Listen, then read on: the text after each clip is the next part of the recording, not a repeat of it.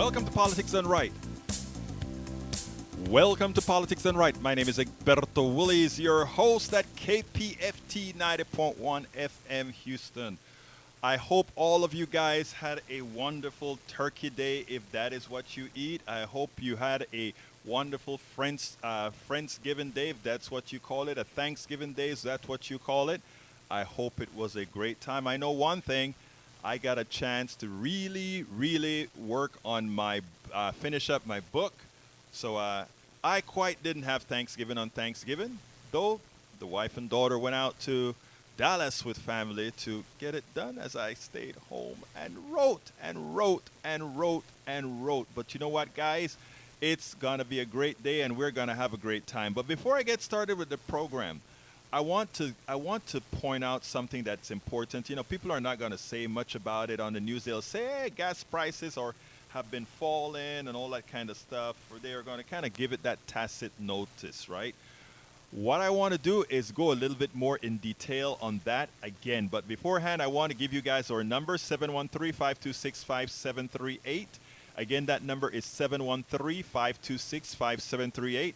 I want you guys to remember that Politics Done Right is your show. And when I say it is your show, that is exactly what I mean. It is your show. You can call in and talk about anything. I always have a subject to speak about. I always have an essay ready to go. But also, however, I want you to know that this is our platform, your platform, that you can call in at your convenience to say, hey, I want to put this out there. I want to talk about this. This is an important issue that needs to be covered. 713-526-5738. 713-526-5738. I want to thank Tori and Howard who are in the studio right now. Thank you guys. You guys are like super great. We could not have this show at all without the great input from these wonderful people. 713-526-5738. Okay, let's talk a little bit about gasoline. I went to Costco on my way here to fill up, and instead of paying $3.59 a gallon, what it was around a few months ago, I paid $2.64 for gasoline, and it's fallen, right? And what I want every single person listening to my voice right now to realize is that we got ripped off. We were exploited over those years. I want to present something to you all, and I want you guys to never, ever fall for the trap. Gasoline was never, there was never a shortage of gasoline. There was never a shortage of oil. The war in Ukraine did not create any of these issues at all. We were legally robbed. And we had a government and a plutocracy, an oligarchy, a set of corporations who decided that they could take the money from us because they knew we had it. Let me explain. I went on to Muslim TV a few months ago during the war when the prices started to skyrocket, and I said the following. After this TV station read a blog that I wrote, which said there is no oil shortage, there is an oil surplus. And everybody complained about the article. In fact, there was one particular place where I put it, wanted me to take it down, saying that I was misinforming the public, and I gave them the numbers, and then they said, okay, you can keep it up. Here is the thing, folks. There was never a shortage. When we placed that ban on Russian oil, what occurred is that Russia started to sell that oil. There was no less oil on the market. They started to sell that oil to China and India at a discount, which means there was a lot more oil elsewhere to be purchased, which means the price of oil should have dropped. I repeat, the price of oil, because of the Ukraine war and the sanctions against Ukraine, the sanctions against Russia, who then sold the oil at a discount to China and India, meant we had a surplus.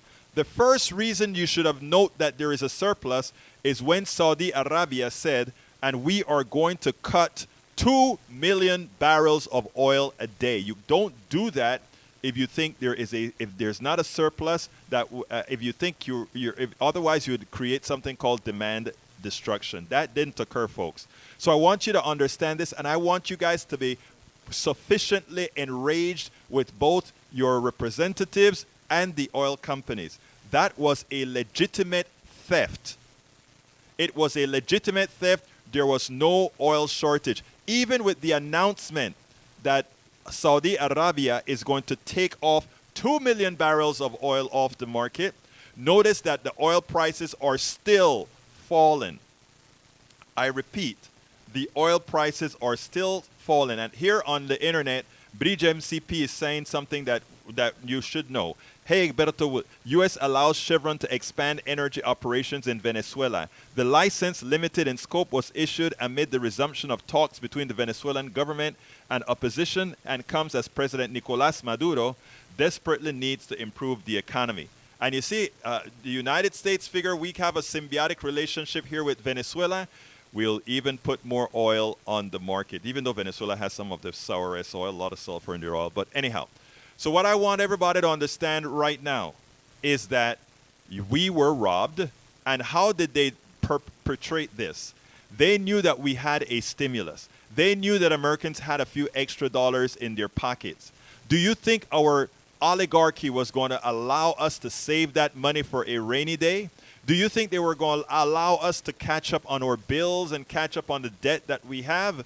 No, they knew you had a little bit of cash coming in from Uncle Sam. And what did they say? We know that you have the money to spend, so we can increase our prices because you will spend that money. 713-526-5738. Before I get to the other subject, I'd like to know if anybody wants to mention anything about gasoline prices, anybody wants to mention anything about the fraud that has occurred in our oil markets. This is one of the reasons that I support wholeheartedly, that we need to remove the oil sector, which is using use a whole lot of public lands that we as Americans should own to make a profit on us with no returns to the treasury, with no returns of any substance to the coffers of the United States. Maywood says, afraid I'll have, I guess that's another subject. But anyway, welcome aboard Maywood, welcome aboard Bridge MCP, welcome aboard Don to our chats online. Give us a call at 713-526-5738. Una vez más, 713-526-5738. If you guys don't want to talk anymore about gasoline, just remember what I said. We should be into our politicians' skins now to ensure that they don't allow what occurred over the last few months to occur again, because what the oil companies did is took money out of the pockets of mom and dad and aunt and cousin and those who least could afford it. And when you go and turn on your channel on CNBC and you see those guys in front of the stock market talking about how much profits they've made and how these executives have really downed all that money that they have, remember, they took money out of that beautiful woman's with a kid's pocket. She couldn't buy her kid that toy. She couldn't buy her kid that meal because that rich, fat executive cat at one of these oil companies decided, we are going to take your money because we can. We have all pricing power. We can do it because we can. West Brain says on the internet, gas price in southern Oregon remain well over $5 a gallon. Again, go figure is the right answer. Go talk to your politician and start talking nationalization of the oil industry, and you see how fast those prices fall.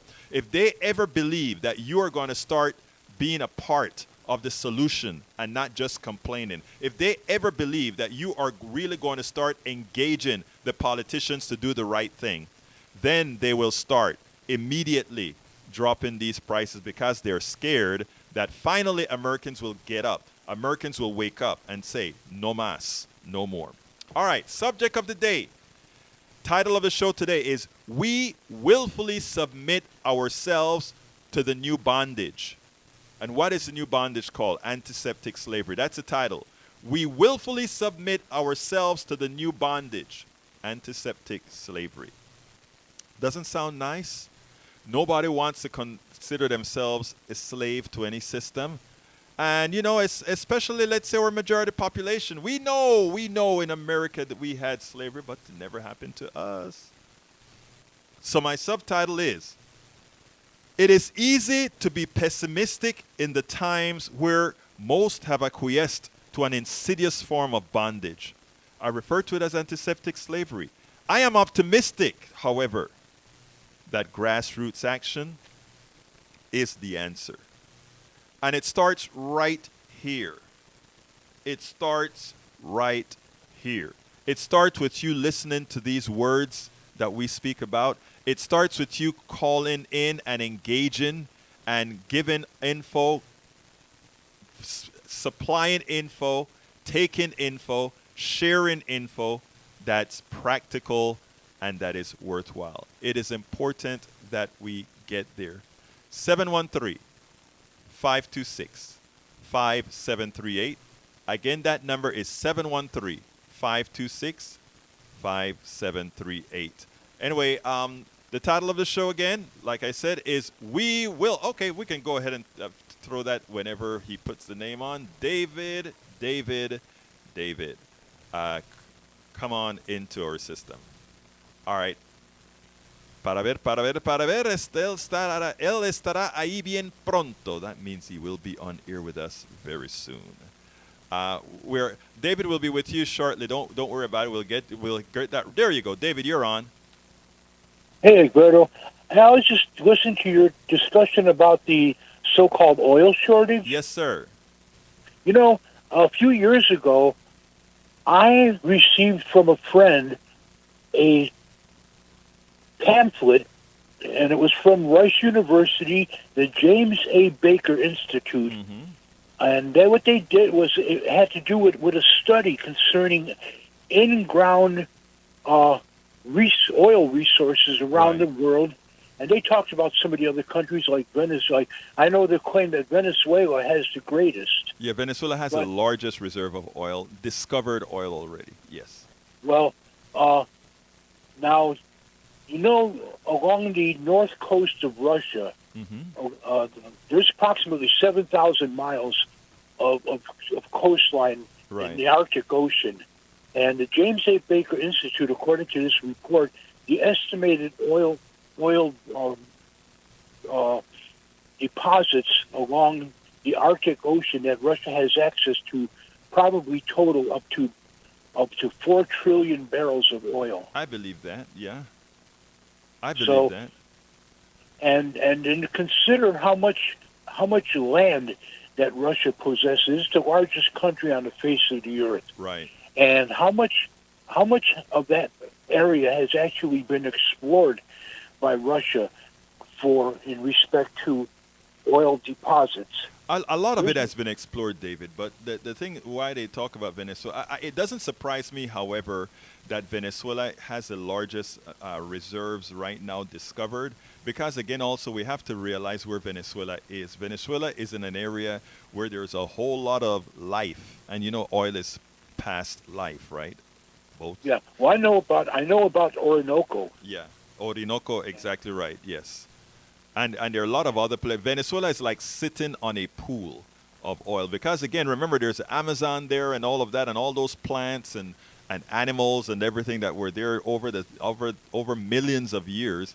That's what we're burning now. That's why they're fossil fuels.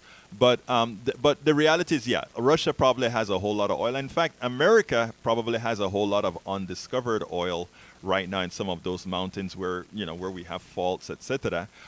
But again, my whole tenet, David, was that we got ripped off by the oil companies telling us that there was some shortage that everybody should have known there wasn't. And it always irks me that our media buys into the narrative, okay, war in Ukraine, and somehow that meant that we had less oil, as opposed to war in Ukraine, sanctions against Russia. Russia sells oil cheaper to India and China, which means there's a lot more oil on the market. That competition alone should have dropped the price. It was a big collusion of oil companies and the whole market system that, I don't believe in the market anyway. The market, it's a mythical market. It's a mythical market. Well, let me explain to you in 1979 when the Arab oil embargo occurred. Yes.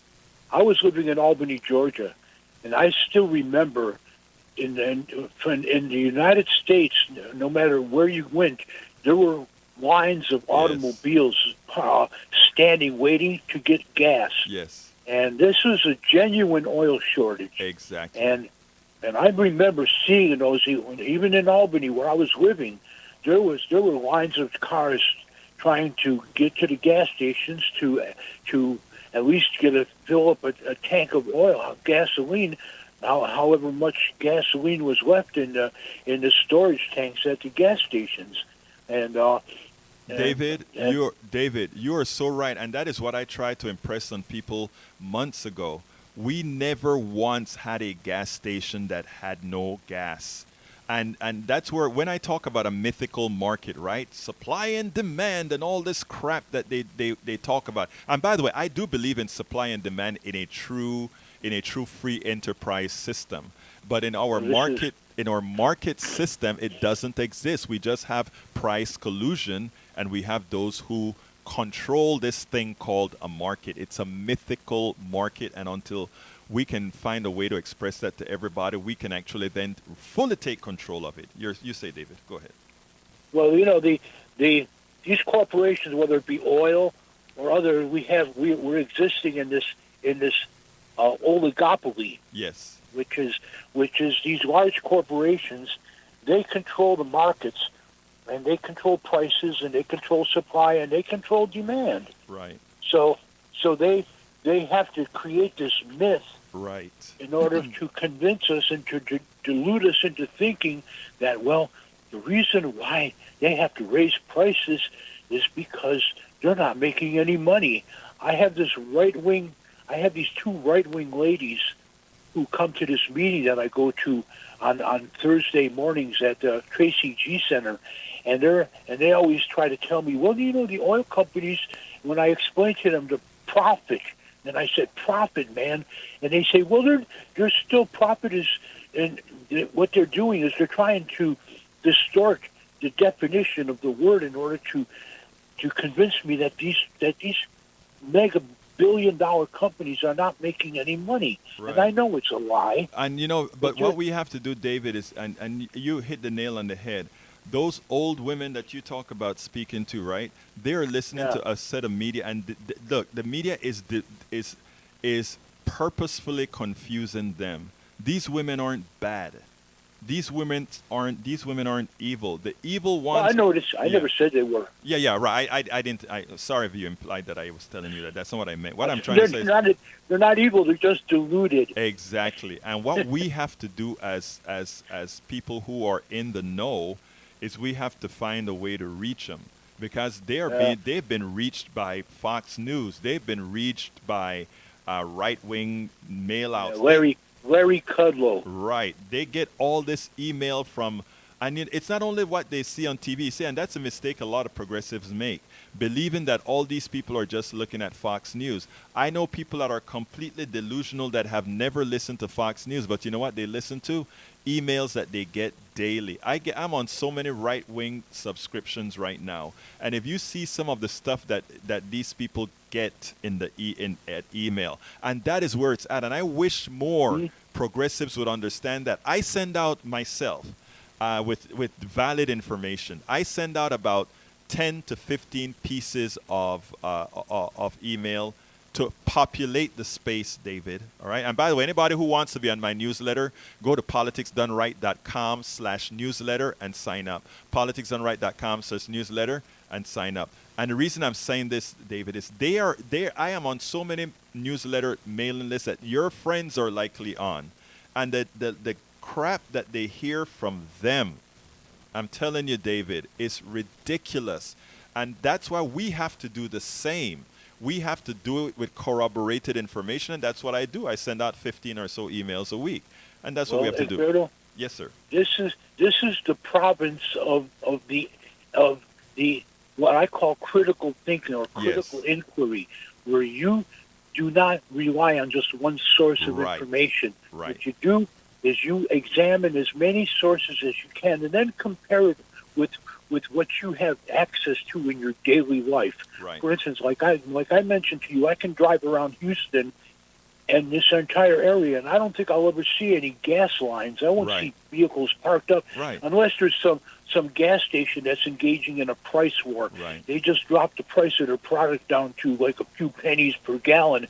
Now you might see cars racing to that location to try to get in on it before what's in the storage tanks at that gas station run out. Absolutely. But sometimes they do stuff like that for a sales gimmick. Right. But David, you won't see that. David, I have some other stuff to talk about, but you stay calling us, you stay listening. Please share, let other folks know that we exist, because we're just back on the air and recently, live on the air recently, the last 2 months or so. So thank you so kindly for listening, and please keep sharing, sir. Okay? I appreciate the show very much, and I certainly appreciate the opportunity to be able to call in and voice my opinion, however educated or uneducated it is. You always have educated opinions, David. Thank you so kindly for calling, sir. Okay, you have a good one. You too now. Lee Grant welcome, Lee Grant. John Garcia, welcome. Likewise, Eric Hayes. Lee says, I get email from Egberto, but it doesn't brainwash me to accept progressive ideology. Thank you for saying that, Lee Grant, because I am not trying to brainwash you at all. I'm just trying to get you valid information that you can discuss. And luckily for me, you are right here with us, Lee Grant, and we discuss it both on our KPFT program and our internet program. So thank you for being here. Anyway, Bridge MCP says you're a normal conservative, Lee, and not known to just believe. And that's what we respect about Lee Grant. He's a very good conservative. And so is John Garcia. John and I disagree on certain political issues, but John Garcia has a thought, and he's been on the show here before as well. All right, I'm going to leave the internet a bit and go with the subject at hand. But like I said, remember, this is always your show, and you can call in and change the subject at will, 713-526-5738. Again, that number is 713-526-5738. Let's go back with what the topic of the show is. Señores, we will submit ourselves to the new we willfully submit ourselves to the new bondage, antiseptic slavery. It is easy to be pessimistic in the times where most have acquiesced to an insidious form of bondage. I refer to it as antiseptic slavery. I'm optimistic that grassroots action is the answer. A few years ago, on Christmas Day, my mother-in-law sat motionless with a blank stare on her preferred sofa at home. My daughter, at our home, my daughter, a then third-year medical student, recognized what was happening. Grandma was having a stroke. She told us to call 911 as she did some preliminary checks. The fire truck came in a few minutes. In a few minutes, they were there quickly, followed by the ambulance, who took a little bit longer. And that is where the savagery of our system became more pronounced. And I chose that word specifically. That is where the savagery of our system showed its air. Before taking Grandma to the ambulance, the main concern of the two paramedics was whether she had insurance and by whom. We told them she was on Medicare. They wanted a card with an account number and the works. My wife rummaged through Grandma's purse to find that information. So here we are, distressed and concerned about a loved one having a stroke. And we had to first think about money. I mean, while I was at Netroots in Philadelphia, I met with a young man. He's retired out of Atlanta, had insurance in the United States in Atlanta, and he said his retiring years had to be lived in Canada. Why was it lived in Canada? He then pulled out a card, and he said, this card entitles me to ensure that I have health care. And he said, when I go to the doctor, I first see my primary, who sort of direct traffic as to what I need to see, which is what we need in the United States. We need a good person we need a primary doctor to direct traffic so that you're not pulled in by a lot of charlatanes, right? Anyhow, and he said, this card entitles me to that. There is a primary around every corner that you can go to. And he said that primary then select the services. And he said, we don't even think money when we go to the doctor. We don't think any of that at all. We just think getting healthy, getting health care. He said, I present my card and that's all that I need. And when I go into the system, they go ahead and they make a plan for my care. And in this case, it was his wife who had a serious illness. And if she had remained in Georgia, there's a good chance that she would not be here with us today. But no, he was in Canada. And they prepared her plan of action. And without ever having to talk about money or insurance or anything, his wife was cared for. In America, we call that extreme. For the politicians who want that kind of care for their constituents, we call it extreme. We say we can't afford it. It's a lie, but that's how we programmed our people. We program our people to say we cannot afford this, even as we have more billionaires than anything else. We have to do better. We have to learn more. My daughter has subsequently had 2 strokes caused by a birth defect, an AVM, called it arterial venous malformation. She had insurance with her university in D.C. that covered most of the bills that exceeded $500,000. This strong young woman completed all of her courses, even in her disabled state, and is back home recovering. Of course, no private insurance will provide her with insurance, so she must go on disability Medicaid here in Texas because there's so many features we don't offer. This in the country that calls itself the most advanced country in the world. This that calls itself the country that is exceptional. This that calls itself no other country matches us. Ask people in France. Ask people in the UK. Ask people in Canada. Ask people in Germany. Ask people in Taiwan. Which one of them would swap their healthcare system for ours? Which one will do it? Yet, we are exceptional. We are exceptional if we choose to be. We have the money to do it.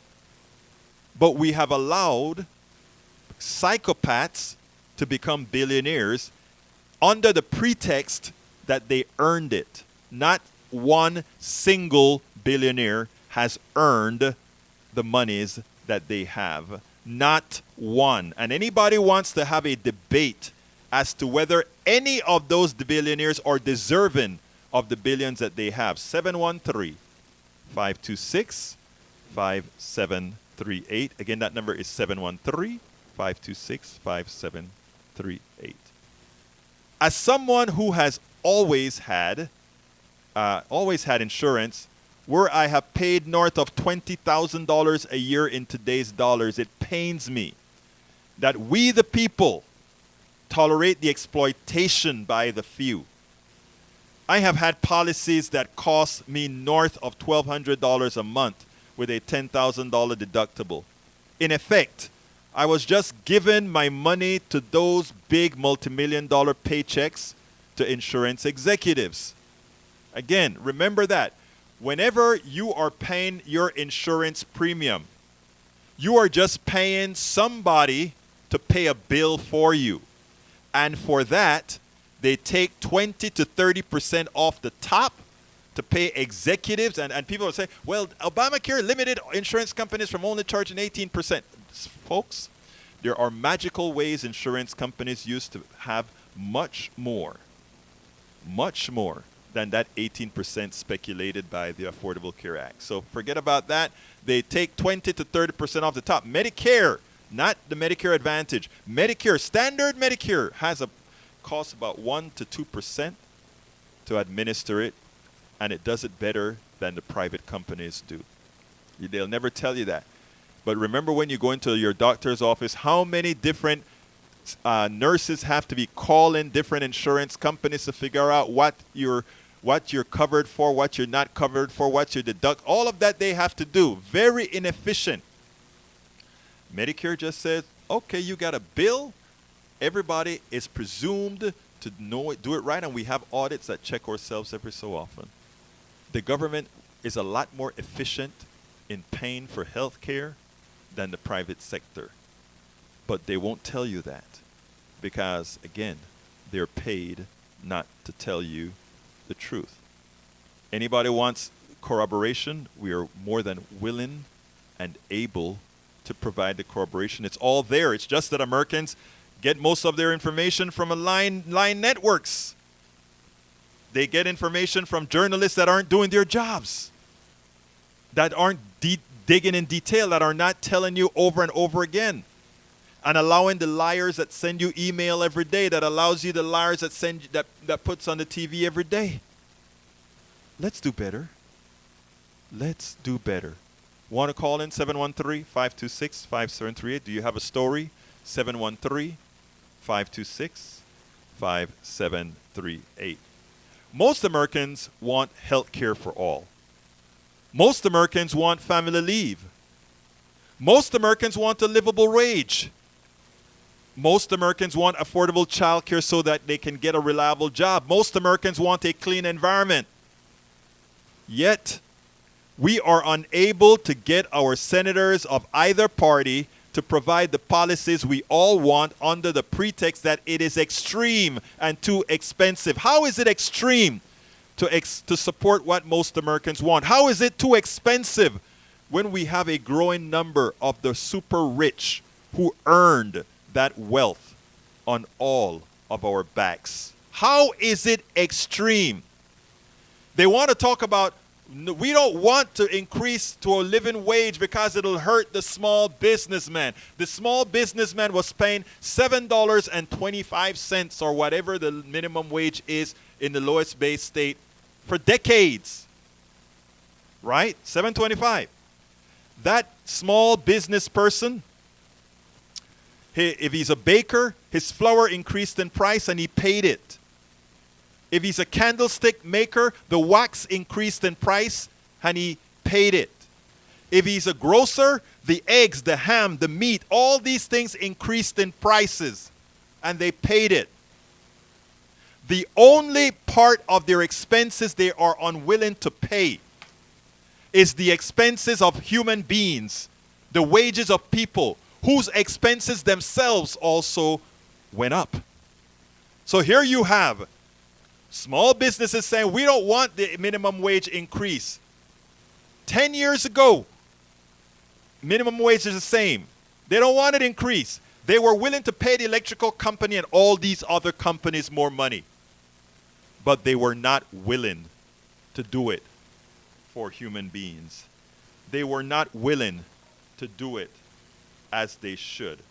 They were not willing to be humane.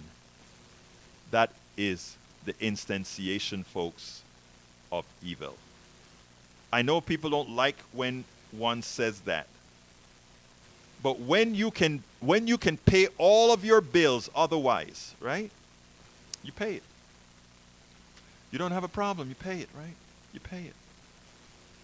But when it comes to paying human beings, you don't. I want to do a little interjection here for KPFT and remind everybody that tomorrow is Giving Tuesday. So please make your Giving Tuesday donations at kpft.org or on KPFT's Facebook, Giving Tuesday's page, or call 713-526-5738 and hit option 1. Again, if you want to donate for Giving Tuesday, please call 713-526-5738 and hit option 1.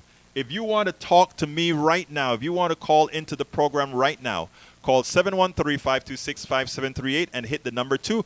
All lines are available. You guys are doing a lot of listening today, but I would love to hear some of your point. David called in earlier, but I'd love to listen to what others have to say. Do you agree with what I'm saying? We have a lot of people online, however, speaking. Lee Grant says there's plenty of fraud in Medicare. Medicare for All will amplify that. You cannot make a statement like that, Senor Lee Grant. That is not an accurate statement. We have Medicare. It has fraud in it. But the biggest fraud that we have in our healthcare system come from the private sector. You take a look at any bill from the private sector, that is the biggest fraud that there is. I told you earlier that my daughter's bill or combined strokes were over $500,000. It should have been a tenth of that given the services that she received. But the biggest fraud in America is the healthcare system. The biggest fraud in America is the pharma companies who, again, take our money to develop drugs, and when it is time to market the drugs, they take the profit. That's why most of drug companies' budget is not in research and development, but it is in marketing. So, Brother Grant, I hear you. You think that there would be more fraud. The private sector has much more fraud than the government sector, and if you doubt it, look at your bill. Eric Hayes says, Umegberto, over 70% of people getting relief want taxpayer to pay their debt, as they said they would use the money. No. Again, that is a lie. Most Americans work very, very hard for their monies, very hard. You go to the deepest ghetto in this country, and you go to the bus stations, and you see very hard-working Americans who are underpaid. They're not given a living wage. That's why they're always trying to get whatever they can. It's called survival. Folks, give us a call, 713-526-5738. Deb Denny is saying, Eric Hayes, the billionaires reap the rewards from their companies denying healthcare services. You understand it. You're getting that right, Deb Denny. Again, welcome aboard, Deb Denny. West Brain also says, extreme defines our healthcare system, one where people die because they cannot get the care they need when they need it and when their doctor wants it. Unnecessary deaths are extreme. Thank you for making that association, West Brain. Lee, let's see who else we got here. Deb Denny, thanks for being in the put in your 2 cents in the chat. We also have Eric Hayes that says, do the maths. All that said, Egberto, we finally blame his own party too. Let's get one thing straight first. I am a progressive that caucuses with the Democratic Party as a person. This is myself as a person now. I'm not talking as a host, as a person. But I'm owned by nobody, and I call out everybody. Absolutely everybody. Because my goal in this program, my goal in what we do here at KPFT on this show is to inform and to ask folks to be self-empowered. Notice what I learned this at my last conference. I used to say, my goal is to empower people. And a guy came over and said, who the hell are you to think you can empower anybody? We are all empowered, which I had to change my phraseology. I am here to say, you are empowered to do these things. Nobody can empower you. You self-empower to do these things. West Brain says, the private sector sucks money from the public sector. Taxes and channeled to support the private system. And exactly right.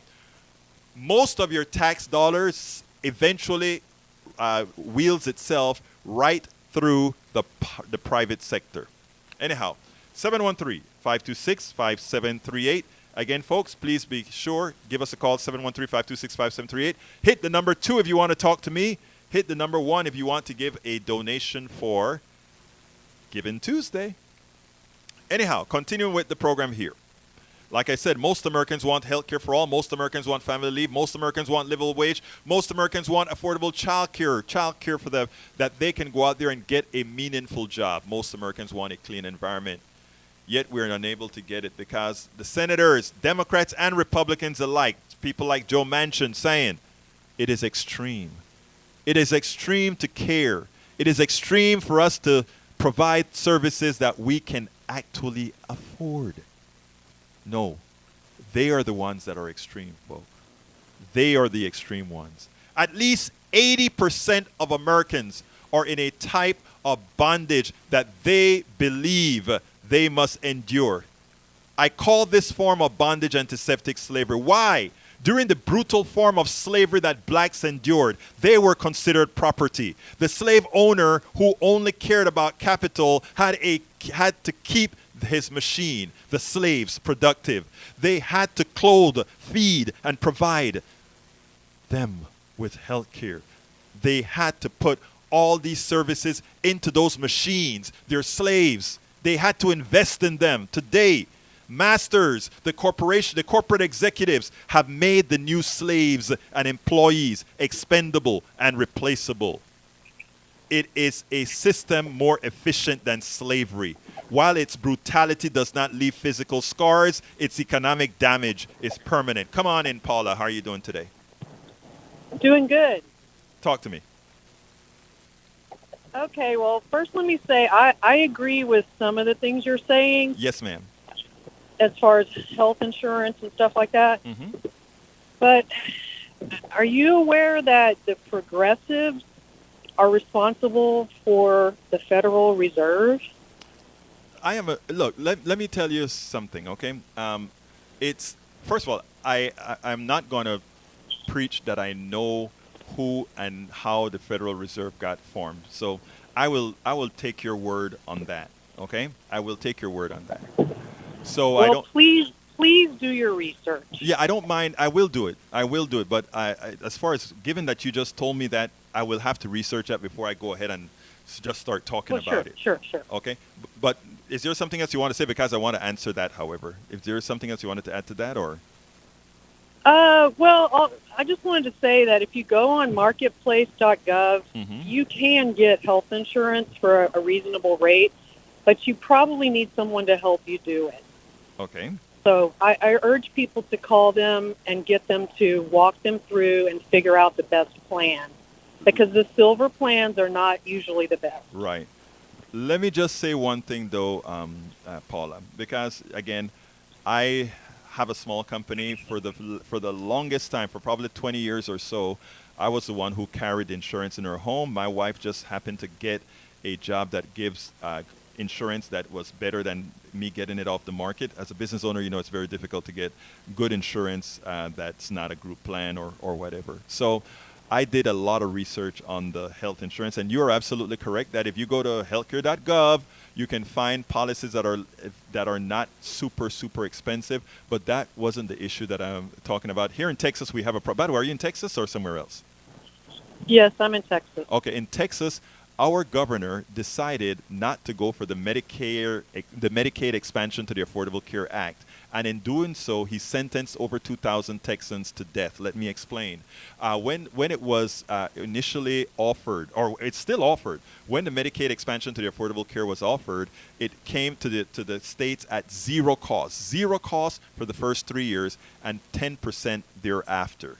We spend more than that 10% in debts and other causes right now, but we, for ideological reasons, have decided that we are not going to insure those people that fall in that sweet spot where the Medicaid expansion to the Affordable Care would act. So when you're sending people to the healthcare.gov, as you just mentioned correctly, a lot will find good prices. But you know what? A lot of them will find that they simply don't qualify, because many people think that the Affordable Care Act is a gift. The Affordable Care Act is paid for with the with the taxes that you personally, like it is deducted from the taxes that you pay as a person.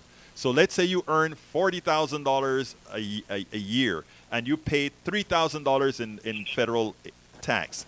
That is your stipend for paying for the Affordable Care Act. A lot of people don't realize that's how it works. They thought it was just a giveaway. It was never a giveaway. The Medicaid expansion to the Affordable Care Act, that part is, I don't want to call it a giveaway, is for people who don't pay enough taxes to be able to earn the Affordable Care Act. Did you know that, or is this just something you're picking up now?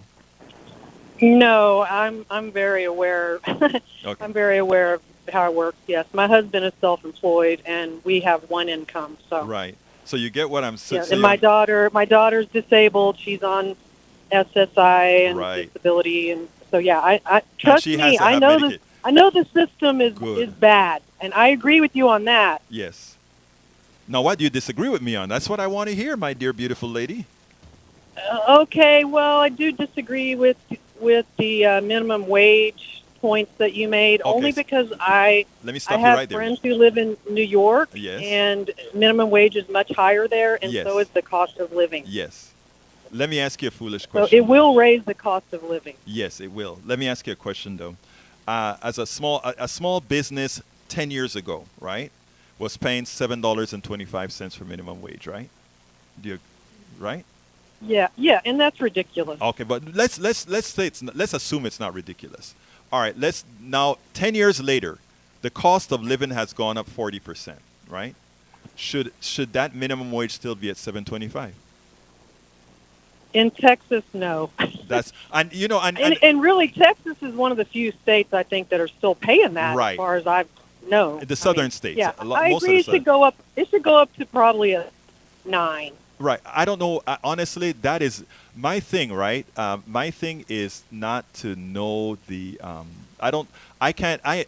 Always tell people a lot of this is outside of my pay grade. What I mean by that is I don't want to know. I mean, I don't want to create policies for things that I don't really know. But there's some things that both you and I know, and you just agreed right there. So I don't really know what disagreement we have. We seem to be Okay, well, my only disagreement was that you think that it was the small businesses being greedy. It's not the small businesses. It's the big businesses. It's the corporations. Mhm. Let me say one thing here, because I'm a small business too, and I think you said you're a small business as well, right? Yeah. Yeah. So both of us are in the same boat, Paula.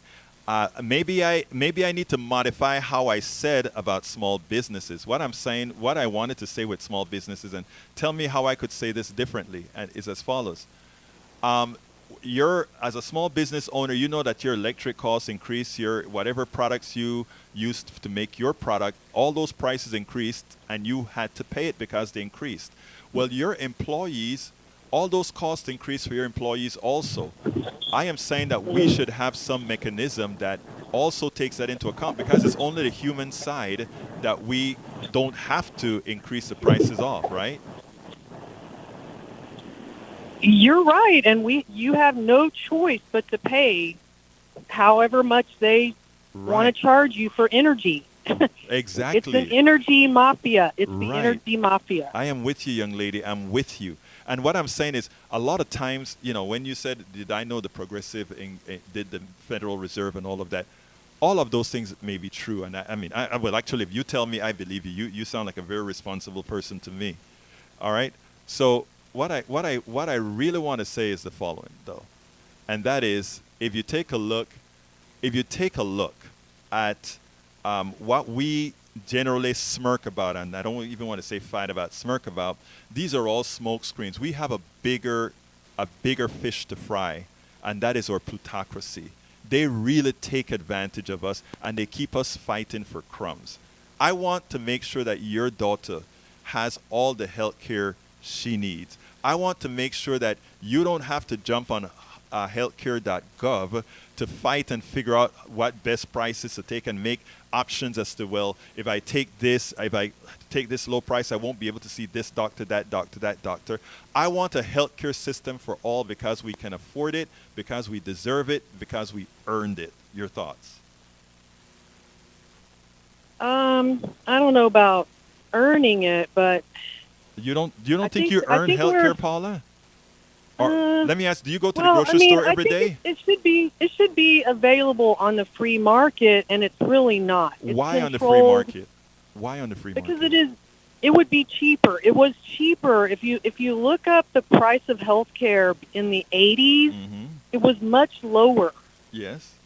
But The you know why? history and the hospitals, it's a much bigger scam than you probably realize. No, it is a scam. It is. Let me ask you this, because I want to dispel that notion that the free market is more efficient than the government running healthcare. And let me explain what I mean by that, paying the bill for healthcare.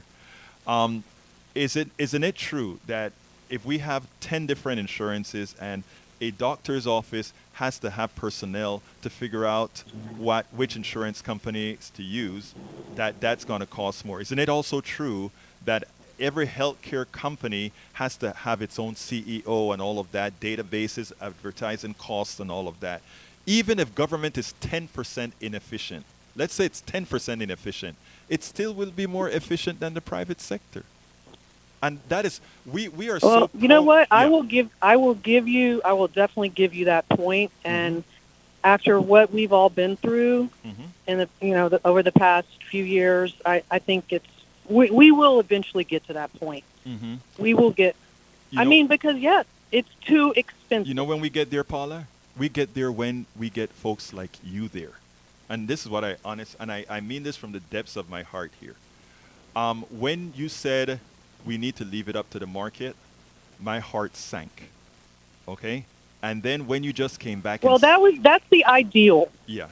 But I we don't do not understand live why in an though. ideal world. We don't live in an ideal world. Yeah. No, where I sank is for I think we were all indoctrinated into believe that somehow paying a bill plus profit is cheaper than just paying a bill. You see what I'm saying? In other words, these insurance companies don't do it out of the goodness of their heart. They do it because they want to make a profit, and that profit comes from your premiums. Now, if you take a nonprofit entity, the government, let's say, and pay the premium to the government, that money goes a lot further than having to pay all these other costs, including high-price executives, right? So I am trying to get and I'm honest here. I'm trying to get folks to rethink that somehow everything belong in the free market. I believe that. Okay, but ahead. what do you think about public-private partnerships? Because Why? we no longer have pure anything like government controlled anything. It's all corporate government. I agree. And let me tell you where I think the private corporate partnership goes in healthcare, right? I couldn't design every single protractor or every single, the government is not a good place to innovate on things, right? In other words, I will design a new prosthetic because I'm sitting down tinkering and all of that. I'm a private guy. You may design some new hand or whatever as a private person, right? And after you've recovered that, I think then, I want the private sector to do those kinds of things, right? But for the things that don't require innovation, right? Why should somebody continue to make a hell of a lot of money on paying a bill, things that don't require innovation, right? We only have these things because we want innovation, right? And complicated part. Right. And that's what I'm saying. Right now, you know what the oil companies do is free money. They've already drilled the oil and the oil belonged to us all. But while in Venezuela, they were trying to get the oil to belong to many people, here in the United States, we say, oil on government lands belong to the corporation. Oil on private lands, you only get a little royalty for it. We have a system that is so inhumane, that is covered in humanity. In other words, we have a facade of humanity. But when you look at it deep on the inside, it's just a few people that's just ripping us off, in my humble opinion. Your thoughts?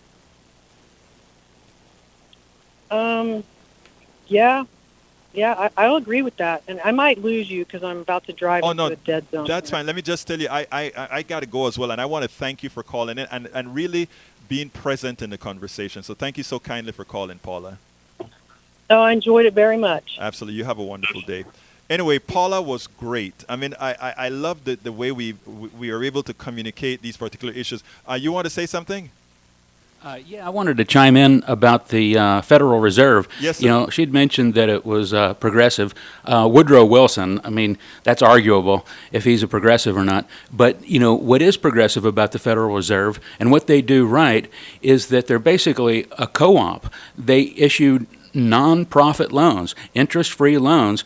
It's basically a co-op of all the big banks. And so that's what we need as a model for just regular consumer banking. You know, we shouldn't have to go to a for-profit bank for your first-time, house loan or your small business loan.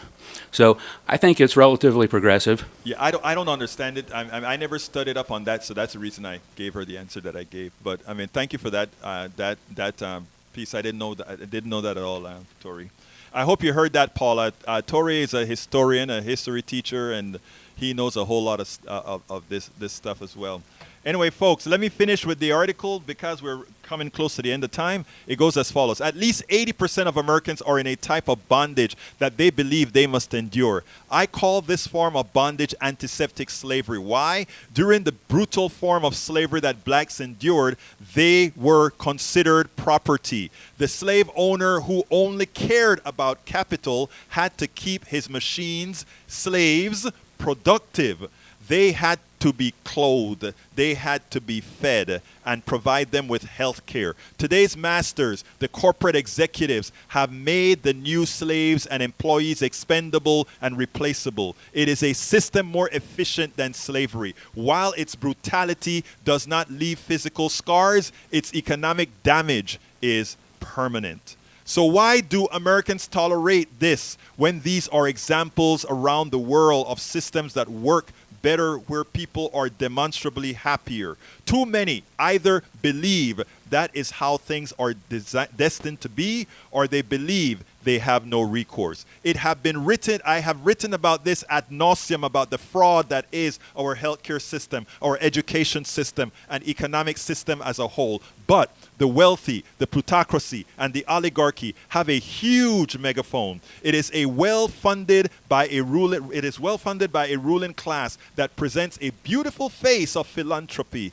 as they hurt us behind the scenes using many of our own institutions. And informed grassroots movement using geometric progression is our big megaphone. What do I mean by that? Our megaphone. You know what? We don't have 10 megaphones. We don't have 100 megaphones. We have millions of megaphones, folks. If we share information among ourselves, if we respect ourselves, if we respect each other, if we look out for each other, it doesn't matter what those psychopaths, the billionaires, do. Ultimately, it is ours. Remember that. We are the ones who create wealth. We are the ones who create things. We are the ones who create, not them. Most of them are exactly right, Howard. Howard did the right thing. I won't say it, but he did the right thing. We are the ones who create. Don't ever, absolutely ever, forget it. Play second fiddle to nobody. Let's activate. Let's use our own power. Brit says in the 80s, having a part-time job had you full health insurance until Reagan. True. Let's see what else we have here. Bruce says, Egberto, good show. Eric Hayes says, Viva the creators, don't be a taker. Yep, so I imagine you're talking to Bezos. I imagine you're talking to all of those guys, because those guys are not creators, they are takers. Ask the government how much money goes to them. All right. Deb Dennis says, Eric Hayes, in my life, I only know one person who ever had any money to invest. Everyone else I know doesn't make enough money for that kind of activity. If you live in a community that does, most people would consider that an anomaly. Most people don't. So, folks, we're getting close to the end of the show. I want to thank you all for listening. We couldn't do this without you. Remember to go to kpft.org, because we have what? Giving Tuesday, kpft.org, or call 713-526-5738 and hit the number 1. My name is Egberto Willis. This is Politics Done Right, and you guys know how I end this baby. I am what? Out!